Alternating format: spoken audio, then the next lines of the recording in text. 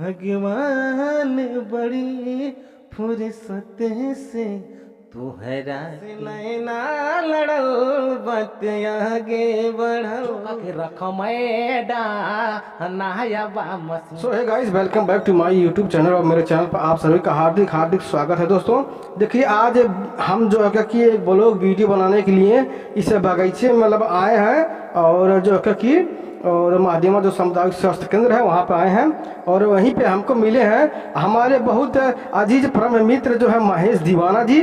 और आप सभी को इनसे परिचय करवाते हुए बहुत ही सुंदर आप सभी को इनसे गाना सुनवाते हैं। सो महेश दीवाना जी, आपको मेरे दर्शकों को नमस्कार तहे दिल से बोलिए जरा।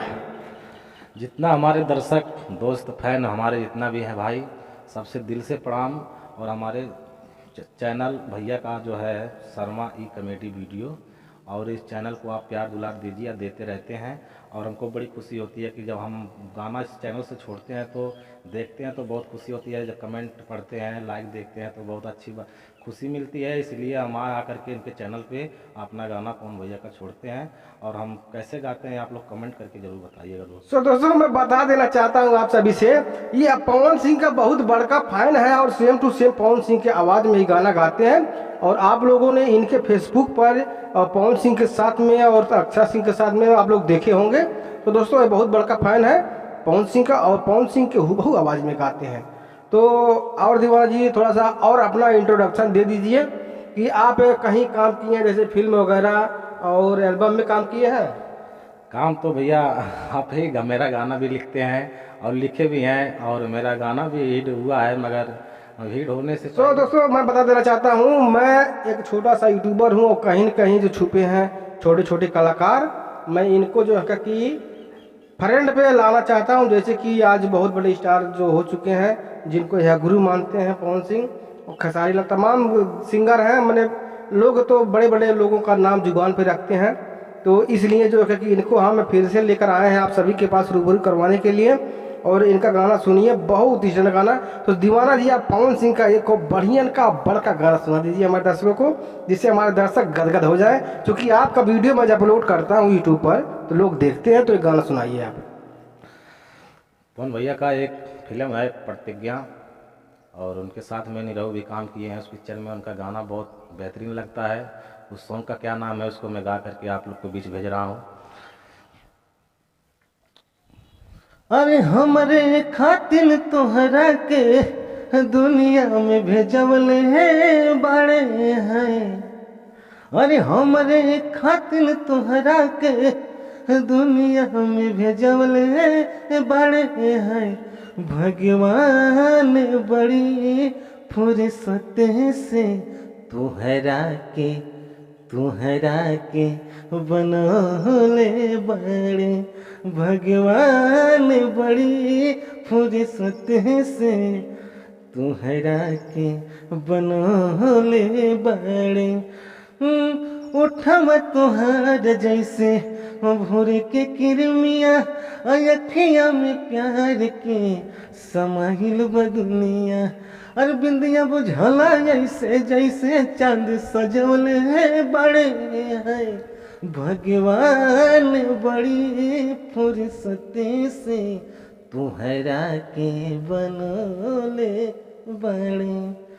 तो दोस्तों, आप लोगों ने देखा कितना अच्छा और सुंदर बेहतरीन ढंग से गाना गाए हमारे दीवाना जी। तो सो दीवाना जी, इसी लगे जो कि एक आध गाना और सुनाइए ओनली पवन सिंह का। जब से नैना लड़ल बत आगे बढ़ल, जब से नैना लड़ल बत आगे बढ़ल। रोज अकिया रहेला इंतजार में, दिल भइल दीवाना तोरा प्यार में। दिल भइल दीवाना तोरा प्यार में।